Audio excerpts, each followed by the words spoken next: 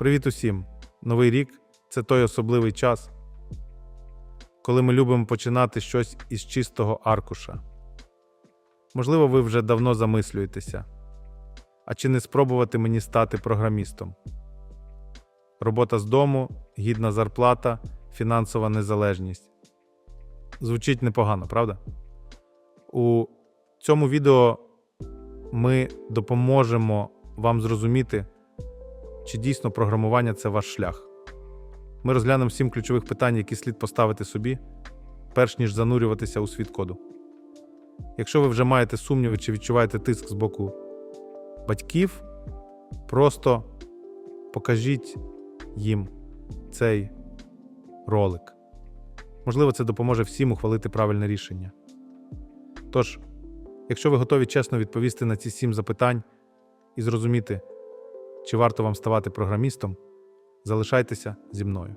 Тепер трошки про себе. Я програміст із 20-річним стажем комерційної розробки.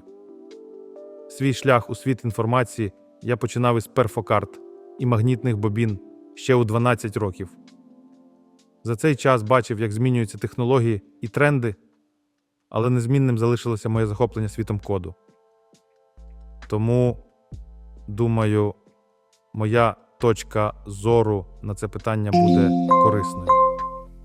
Тож підписуйтесь, лайкайте та поїхали. Перше і головне питання, яке треба собі задати, це чи подобається мені програмувати. Якщо вам не цікаво програмувати, то всі інші аспекти цієї професії втрачають сенс. Інтерес – це рушійна сила, яка допомагає подолати складнощі та не зупинятися на півдорозі. Особисто мене захопило схоже відчуття, як і в доктора Франкенштейна.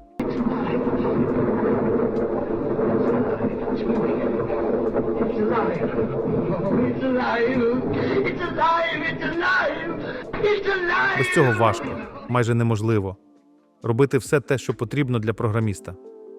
А саме, постійно вчитися новому, терпіти невизначеність, отримувати задоволення від самостійної роботи наодинці, терпіти відсутність швидких результатів, знаходити силу і натхнення для вирішення проблем, віднаходити мотивацію до самоорганізації та працювати з ненормованим графіком.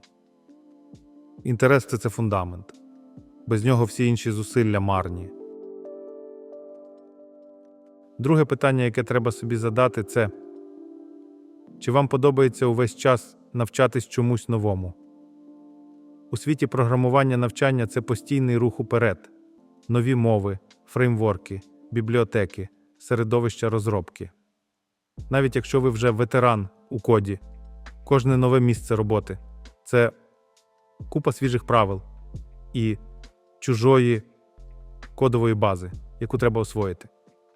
Якщо вас не драйвить ідея щодня дізнаватися щось нове, буде непросто втриматися в цій сфері.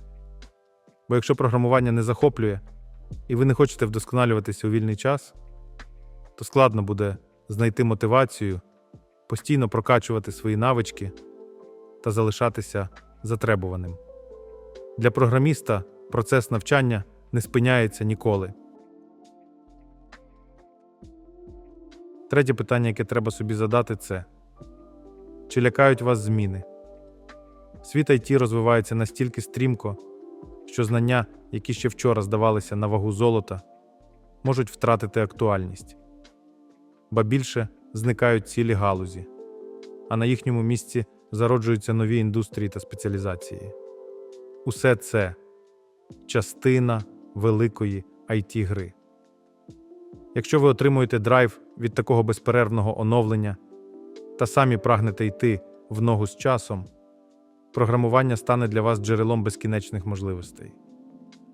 Але якщо ви шукаєте стабільності та незмінних правил, то тут на вас чекають самі розчарування.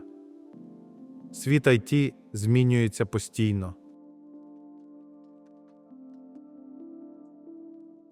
Наступне питання, яке вам треба собі задати. Чи комфортно вам працювати усамітнено? Більшість часу програміст проводить 1 на 1 із кодом. Якщо тобі потрібне постійне живе спілкування, і ти звик до роботи в команді, тривале сидіння перед монітором може здаватися емоційно важким. Зате інтровертам такий формат підходить ідеально. Тиша, занурення у задачу, відсутність зайвого галасу. Для екстравертів подібна ізоляція іноді здається нудною і виснажливою. Не кожен отримує задоволення від розв'язання проблем без регулярної соціальної взаємодії. Це не означає, що програмісти живуть одиноким життям. Але якщо ви ненавидите час наодинці і не отримуєте задоволення від занурення в задачу, робота може здаватися примусовою ізоляцією. Інтерес компенсує самотність, якщо сам процес кодування приносить задоволення. Програмування означає багато часу наодинці, але самотність компенсує інтерес до процесу. Наступне питання звучить так. Наскільки ви нетерплячі та непосидючі? Програмування – це постійні проби і помилки. Один невеликий баг може забрати у вас декілька годин, перш ніж ви знайдете і виправите його. Якщо для вас це цікавий виклик, то навіть такі дрібні успіхи, як виправлення маленької помилки, приносять радість. Але якщо інтересу немає, то кожна затримка чи пошук помилки швидко вибиває з колії. Терпіння та посидючість з'являються лише тоді, коли ви хочете досягти результату, а не просто виконуєте рутинну роботу. Наступне питання може також бути корисним для прийняття рішення. Чи отримуєш ти задоволення від розв'язання складних задач? Чи кайфуєш від дослідження, експериментів та нескінченних пошуків у Google і на форумах? Якщо так, тоді навіть багатогодинний пошук помилки перетвориться на захопливу пригоду. Ти не відчуватимеш це як покарання, радше як інтелектуальну гру, де кожен знайдений баг чи нестандартне рішення дає тобі +1 до твого скілу. Але без внутрішнього запалу будь-яка невдача сприйматиметься як катастрофа. Швидко настане виснаження та вигорання. Адже щоденні проблеми здаватимуться зайвими і надокучливими, а відсутність глибини, спричинена браком інтересу, призведе до уникнення труднощів і, зрештою, відмови від проекту. Кожна проблема здаватиметься нездоланою, якщо тобі не цікаво те, що ти робиш. Ще одне питання, яке варто взяти до уваги. Наскільки тобі важко самоорганізуватись? Уяви, що дедлайн вже завтра, а ти досі не можеш зосередитися. Хаос у голові, невідкладні справи навалюються одна за одною, а на горизонті ще й нова технологія чекає, аби ти її опанував.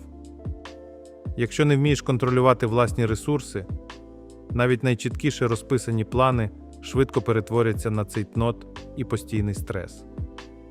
Самоорганізація – це передусім уміння визначати пріоритети та розподіляти свій час. У програмуванні ця навичка критично важлива. Ти маєш планувати години для роботи над проектом, освоювати нові інструменти і не забувати про власний відпочинок.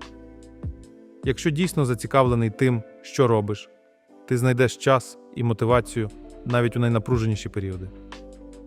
Без цієї внутрішньої зацікавленості всі розклади та дедлайни залишаться просто цифрами у календарі. Зацікавленість – це те, що пробуджує внутрішню дисципліну та мотивацію.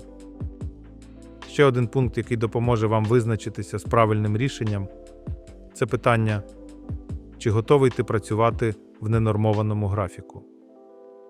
У програміста нові ідеї можуть виникати буквально будь-де – у транспорті, під час пробіжки або навіть за вечерею з друзями. Часто буває так, що задачу починаєш переварювати у вільний від роботи час і раптом знаходиш просте і елегантне рішення.